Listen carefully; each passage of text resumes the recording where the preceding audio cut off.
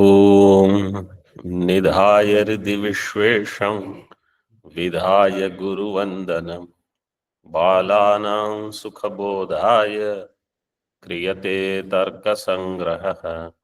शङ्करं शङ्कराचार्यं केशवं बादरायणं सूत्रभाष्यकृतौ वन्दे भगवन्तौ पुनः पुनः। ईश्वरो गुरुरात्मेति मूर्तिभेदविभागिने व्योमवद्व्याप्तदेहाय दक्षिणामूर्तये नमः। ओम शांति शांति शांति।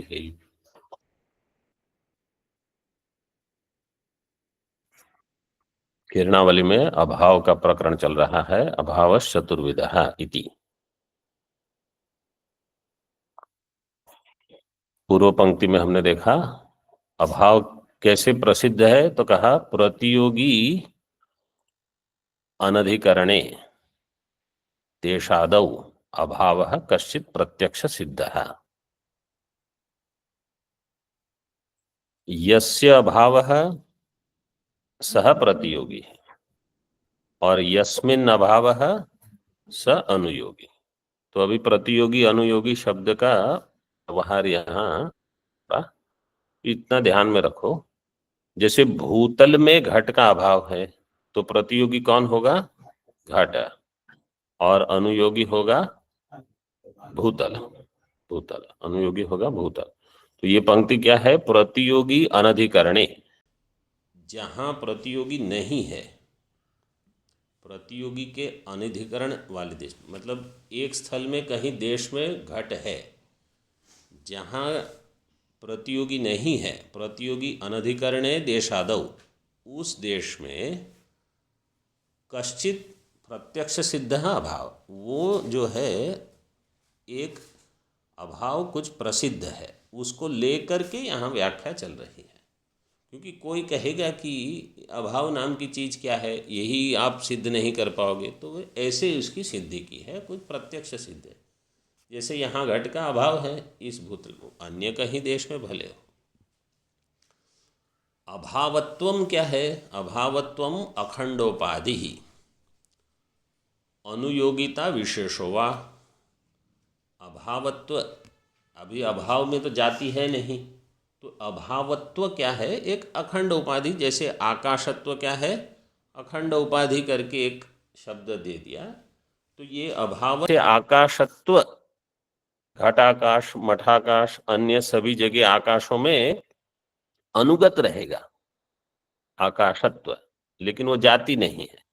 ऐसे ही ये, जैसे स्वामी जी उस दिन बता रहे थे, अभाव चार है, तो प्राग अभाव में भी अभावत्व है, प्रध्वंस अभाव में भी अभावत्व है, लेकिन वो जाति नहीं है, वो एक अखंड उपाधि अथवा एक अनुयोगिता विशेष, जो अनुयोगी है सभी में, एक विशेष नाम की, विशेष प्रकार की अनुयोगिता, नाम की नहीं, विशेष प्रकार की अनुयोगिता। इसका लक्षण, ये प्रसिद्ध लक्षण है, स्पष्ट अगर वहां नहीं है तो उसको लिख लेना पड़ेगा आपको। क्या है लक्षण इसका? तो बिना देख के ही बोल सकते हो। प्रतियोगी ज्ञानाधीन ज्ञान विषयत्वम, लिख लो। हाँ, प्रतियोगी ज्ञानाधीन ज्ञान विषयत्वम, यह अभाव का लक्षण है। प्रतियोगी ज्ञान के अधीन ज्ञान का जो विषय बनता है, मतलब जब भी कोई प्रश्न पूछेगा अभाव, तो प्रश्न होगा कस्य अभाव। प्रतियोगी ज्ञान चाहिए, प्रतियोगी ज्ञान के बिना आप अभाव ज्ञान का वर्णन नहीं कर सकते। तो जो ज्ञान का विषय प्रतियोगी ज्ञान के अधीन है, जिस ज्ञान का विषय, यस्य ज्ञानस्य विषयो विषयः प्रतियोगी ज्ञानाधीन है, सह अभाव, वो अभाव का ज्ञान होगा, क्योंकि उसका जो विषय है घट का अभाव।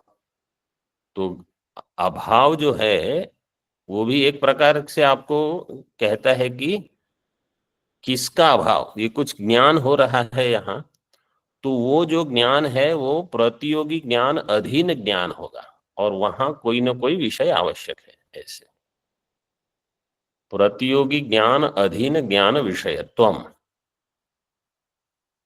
अगर हम कहेंगे मुझे अज्ञान है, तो क्या प्रश्न होगा कि इसका अज्ञान, तो वो भी प्रतियोगी ज्ञानाधीन ज्ञान विषय हो गया। तो इसलिए न्याय में अज्ञान को अभाव रूप मान लिया, क्योंकि वो भी वैसे ही चलेगा।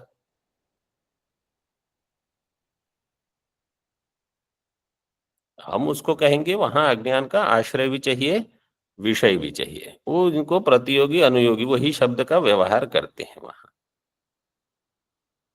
तो ये इसको याद रखना, प्रतियोगी ज्ञानाधीन ज्ञान विषयत्वम अभाव से लक्षणम।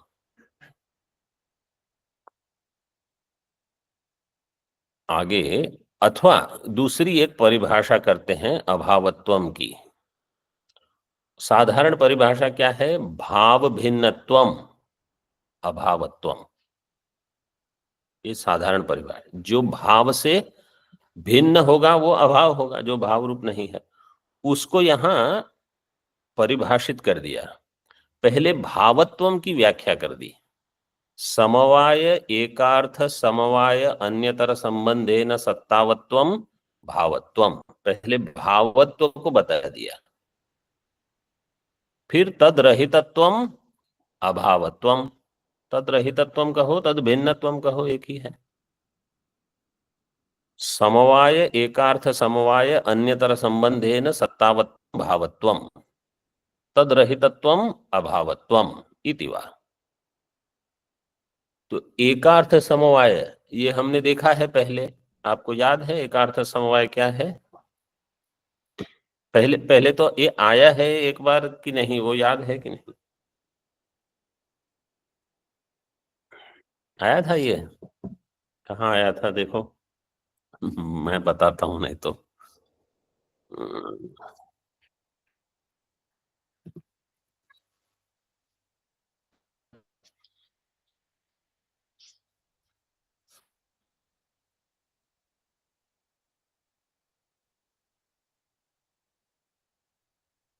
मूल में देखो 14 पृष्ठ पर, मूल में मतलब दीपिका में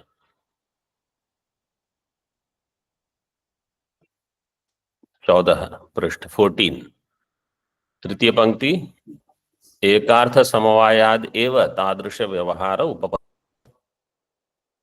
गुणे गुणान अंगीकारात, वो आगे है। एकार्थ समवायाद एव तादृश व्यवहार उपपत्ति। अभी कुछ याद आया क्या?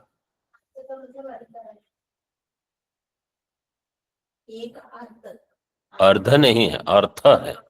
एकार्थ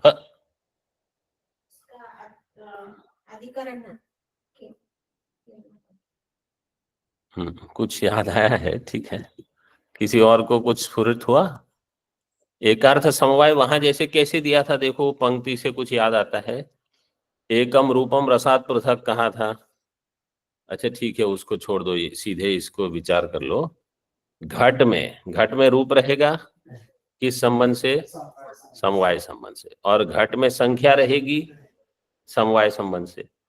तो संख्या और रूप ये जो एक दूसरे के साथ रहे हैं उसको कहा गया एकार्थ समवाय। वो फिर से अभी थोड़ा वहां लिख लो, क्योंकि ऐसा ना हो कि फिर से हम भूल जाए इसको।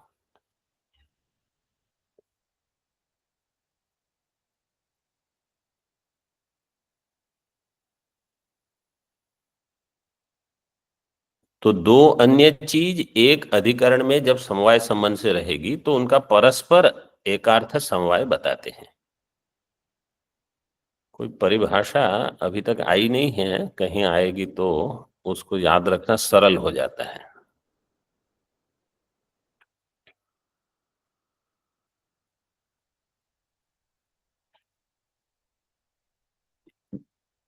तो दृष्टांत जैसे घट का रूप, घट की संख्या अथवा परिमाण जो भी है, तो ये दो परस्पर एकार्थ समवाय से रहेंगे। हाँ, एकस्मिन अर्थे करके एकार्थ, एक अर्थ में अर्थे अधिकरण है। हाँ हाँ।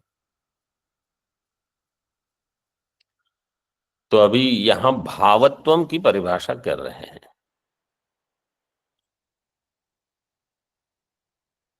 भावत्व का अर्थ है सत्तावत्वम, जो सत्ता वाला है। तो सत्ता वाले मतलब भाव रूप तो 6 पदार्थ है, उससे रहित होगा अभाव। तो 6 पदार्थ जो है उसमें द्रव्य गुण कर्म, द्रव्य गुण कर्म समवाय से रहेंगे। वहां सत्तावत्वम, वहां सत्ता कैसे है, समवाय संबंध से रहेगी, द्रव्य गुण कर्म में सत्ता रहेगी। तो भावत्वम की परिभाषा चल रही पहले। समवाय, एकार्थ समवाय, अन्यतर संबंध है ना, दोनों में से कोई भी एक अन्यतर संबंध, या तो समवाय संबंध से वहां सत्ता है अथवा एकार्थ समवाय से वहां सत्ता है। तो जहां है वो हो जाएगी भाव रूप वस्तु, भावत्व वहां है, तद रहितत्वम अभावत्वम। तो द्रव्य गुण कर्म में समवाय संबंध से सत्ता रहेगी, तो स्पष्ट हो गया। तो द्रव्य गुण कर्म भाव रूप है, वो तो हट गए। फिर आगे सामान्य विशेष, सामान्य विशेष समवाय, ये 3 एकार्थ समवाय, क्योंकि जहां वो रहेंगे वहां सत्ता रहेगी और वो सत्ता समवाय संबंध से रहेगी, तो वो एकार्थ समवाय से वहां रहेंगे। सामान्य विशेष समवाय, समवाय कहाँ रहेगा, सारे द्रव्य को छोड़ के बाकी जितने भाव रूप पदार्थ है वो सब कहाँ रहेंगे, द्रव्य में ही रहेंगे। ये सामान्य नियम याद रखना। तो ये हो गई भावत्व की परिभाषा। ठीक है, तद रहितत्वम अथवा तद भिन्नत्वम अभावत्वम, ये हो गया। आगे देखो, अभाव है स्वरूप संबंधेन। अच्छा, ये अभाव रहेगा स्वरूप संबंध से रहेगा। अब वो बताते हैं, अभाव स्वरूप संबंधेन अधिकरणे वर्तते, प्रतियोगिता संबंधेन प्रतियोगिनी वर्तते। अभाव स्वरूप संबंध से अधिकरण में रहेगा और प्रतियोगिता संबंध से प्रतियोगी में रहेगा। तो जैसे घट का अभाव, घट का अभाव भूतल में, घटस्य अभावो भूतले, तो भूतल में किस संबंध से रहेगा घट का अभाव, मतलब स्वरूप संबंध से। स्वरूप संबंध है ना, अधिकरणे वर्तते। और घट में, घट में मतलब प्रतियोगिता संबंध से, कि वो उसका प्रतियोगी है, ऐसे प्रतियोगिता संबंध है ना, स्वप्रतियोगिनी वर्तते। अभाव रूपयोः, नहीं, अभाव स्वरूपयोः, स्वरूप अधिकरणयोश्च, वो पंक्ति अगर स्पष्ट नहीं है तो कर लेना। अभाव स्वरूपयोः स्वरूपाधिकरणयोश्च संबंधो यथा यथम अनुयोगिता प्रतियोगिता विशेषः, तेच अनुयोगी प्रतियोगी रूपे, वो रूपे है, वो बिल्कुल स्पष्ट नहीं है। तेच अनुयोगी प्रतियोगी रूपे इति।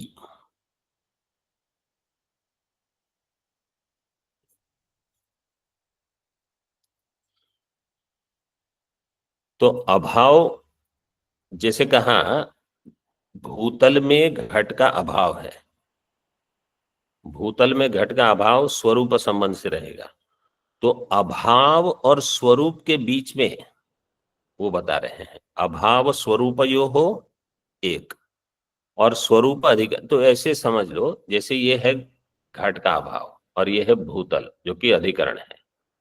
घट के अभाव और भूतल के बीच में स्वरूप संबंध आ गया, क्योंकि अभाव है स्वरूप संबंध है ना, अधिकरणे वर्तते।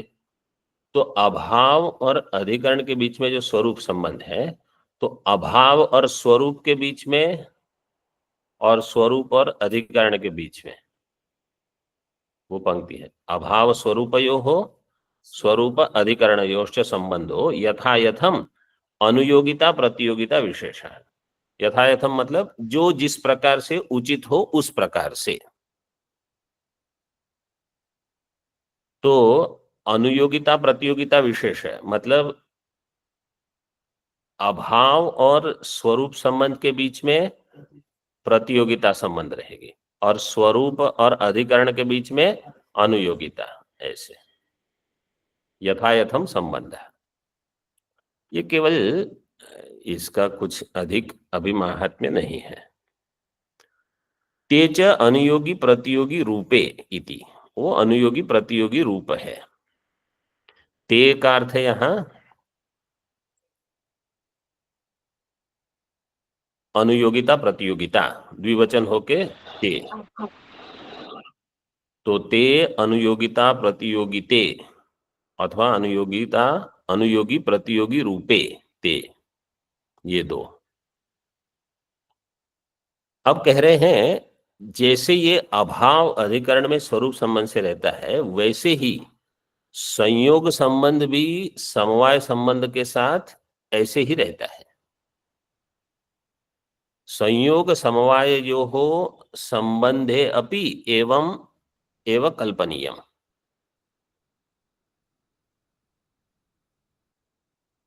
जैसे हम कहेंगे संयोग एक गुण है, वो रहेगा द्रव्य में, और कैसे रहेगा? समवाय संबंध से। तो संयोग समवाय संबंध से द्रव्य में रहता है। तो यहां पर भी जैसे अभाव स्वरूप संबंध से अधिकरण में रहता है, वैसे यहां ये कह रहे हैं कि संयोग भी स्वरूप संबंध से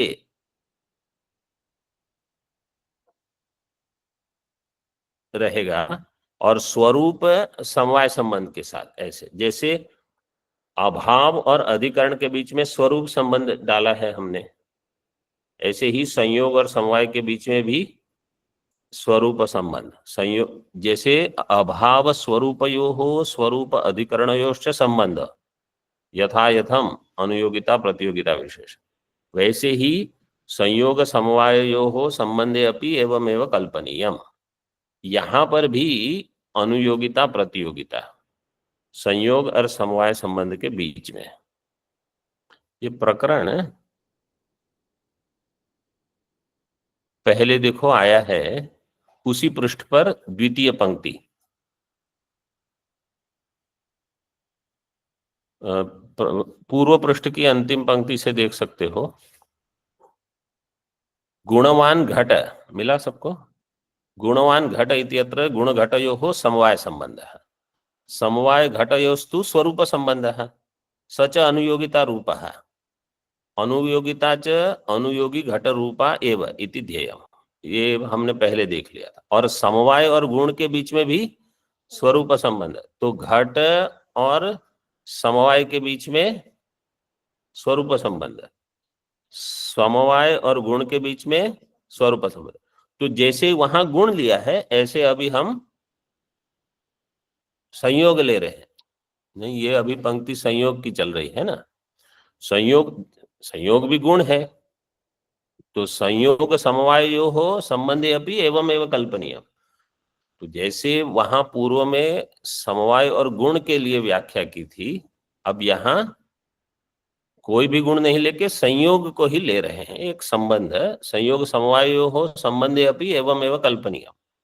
वैसे वास्तव में जब गुण बताया तो किसी भी गुण के लिए वो सही है। घटवान गुण नहीं, गुणवान घट उजर, तो ऐसे ही यहाँ पर भी। और वहां क्या कहा था द्वितीय पंक्ति में?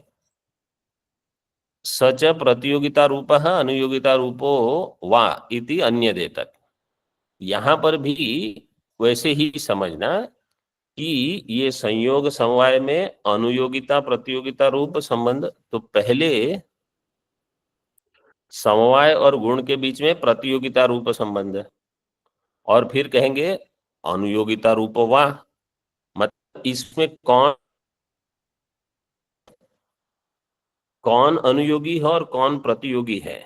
संयोग और समवाय में वो किस दृष्टि से आप देख रहे हो उससे वो निश्चित होगा। तो यहां पर भी यथा यथम जो कहा है ना, वो ऐसे ही लेना है। यथा यथम संबंधो कल्पनीय कि प्रतियोग संयोग और समवाय के बीच में क्या संबंध है? स्वरूप संबंध।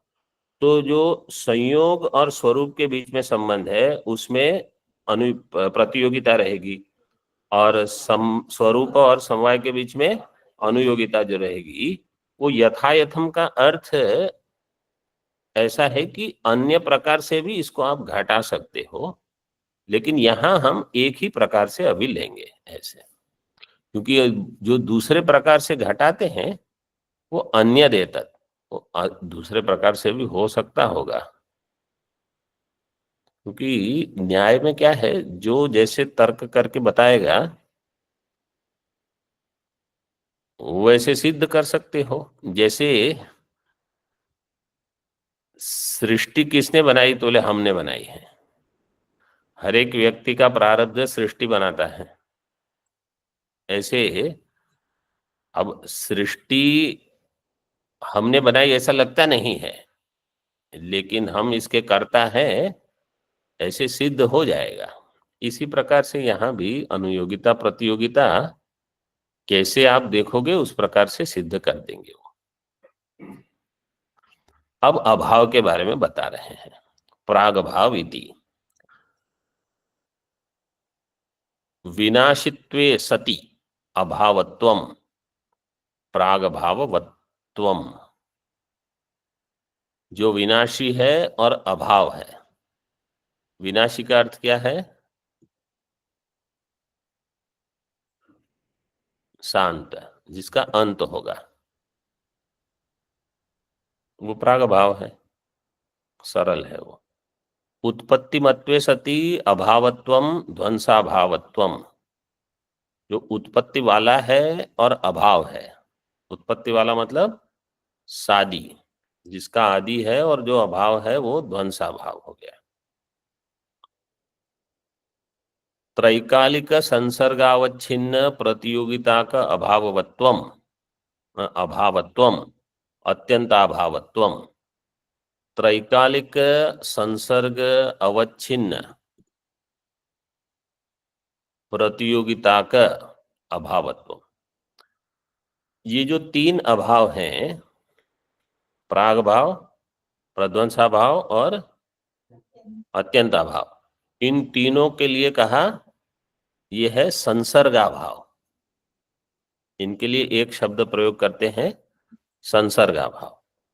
तो इसलिए यहां भी संसर्ग शब्द का प्रयोग आया है। त्रैकालिक संसर्ग अवच्छिन्न, त्रैकालिक अभाव, लेकिन कैसा? संसर्गावच्छिन्न प्रतियोगिता का। तो ऐसा एक अभाव है जिसमें त्रैकालिक संसर्ग प्रतियोगिता का अभावत्व है। ऐसा एक अभाव है। त्रैकालिक संसर्ग मतलब किसी एक स्थल में, न्याय किसी देश विशेष काल विशेष में अगर किसी का अभाव है तो उसको अत्यंत अभाव कहते हैं। जैसे अत्र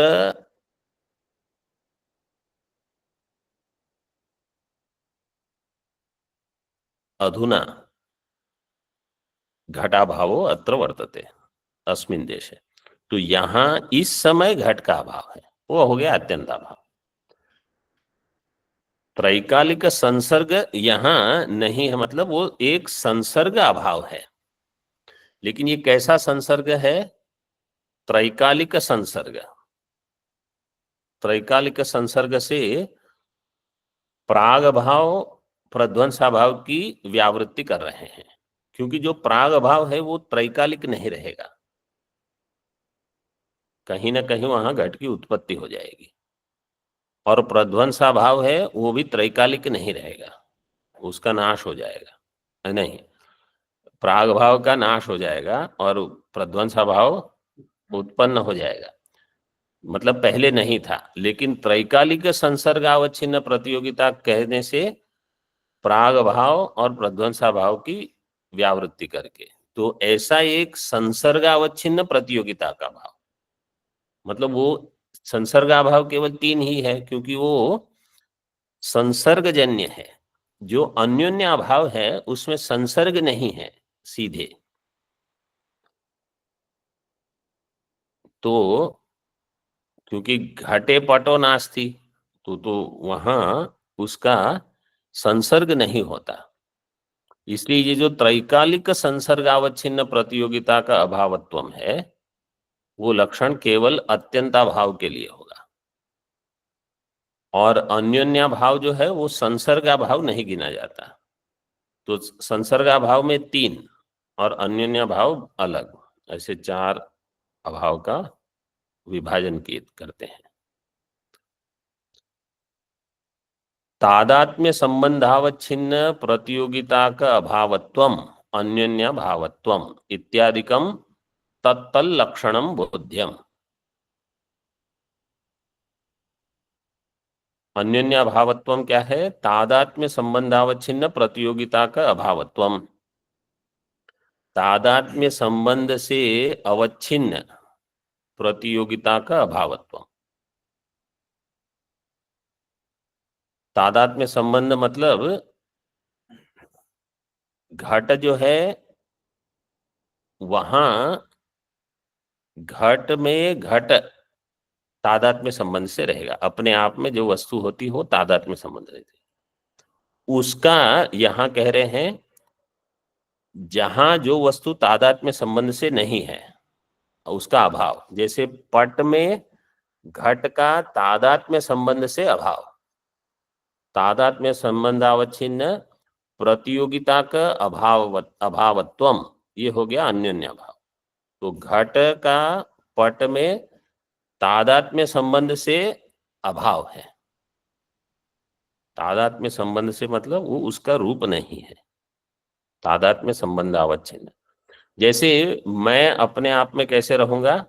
तादात्म्य संबंध से, मतलब मैं बन के रहूंगा ऐसे।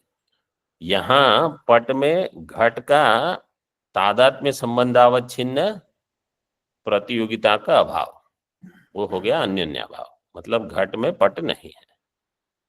अन्योन्याभावत्वम इत्यादिकम तत्तल लक्षणम, प्रत्येक का लक्षण ऐसे समझना है, प्रागभाव, ध्वंसाभाव, अत्यंताभाव, अन्योन्याभाव।